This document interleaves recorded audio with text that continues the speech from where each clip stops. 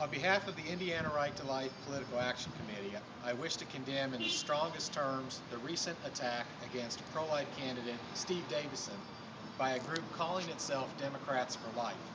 I would also like to take this opportunity to call for whoever is behind this group to come forward with an apology to Mr. Davisson and to the voters they are attempting to mislead.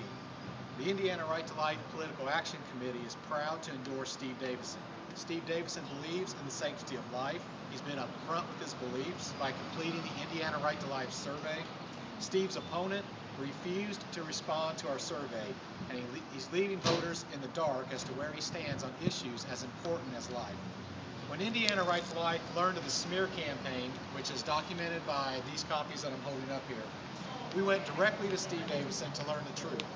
Not only did we learn that Steve Davisson is not the owner of the pharmacy as implied in this attack mailer, we also learned that Steve Davisson was not even on duty when the alleged sale of the Plan B drug occurred. This is the type of underhanded political attack that voters are tired of. It's simply not right to attack a man and his character with false and mean-spirited accusations. After several inquiries with friends in this area, it appears that no one knows who the persons are behind the so-called Democrats for Life group. It's a cowardly way to do business, and we're calling on anyone associated with this group to come forward with an apology and a retraction. We're also calling on Steve Davisson's opponent to publicly condemn this unfair and untruthful attack.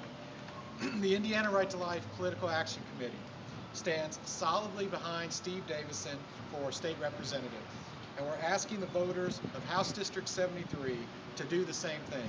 By electing Steve Davisson, we'll not only be sending a fine, pro-life man to the State House, but we'll be sending a clear message that smear tactics don't work in the state of Indiana.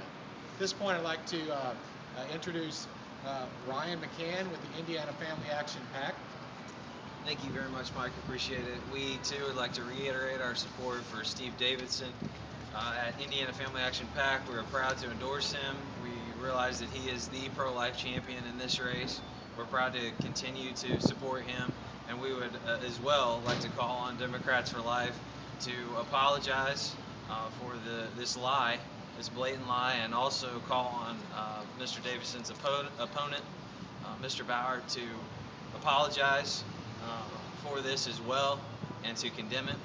And we just thank Steve for standing strong for life, and we know that he will stand strong in the State House for life as well, even though Pat Bauer and House Democrats have killed every pro-life bill that's been introduced since 2006. And we hope that with Mr. Davisson's leadership, we will be able to protect the lives of the unborn in the state of Indiana. I appreciate that support from both of your groups. It means a lot to me. Our pharmacy that I work for does not stock Plan B.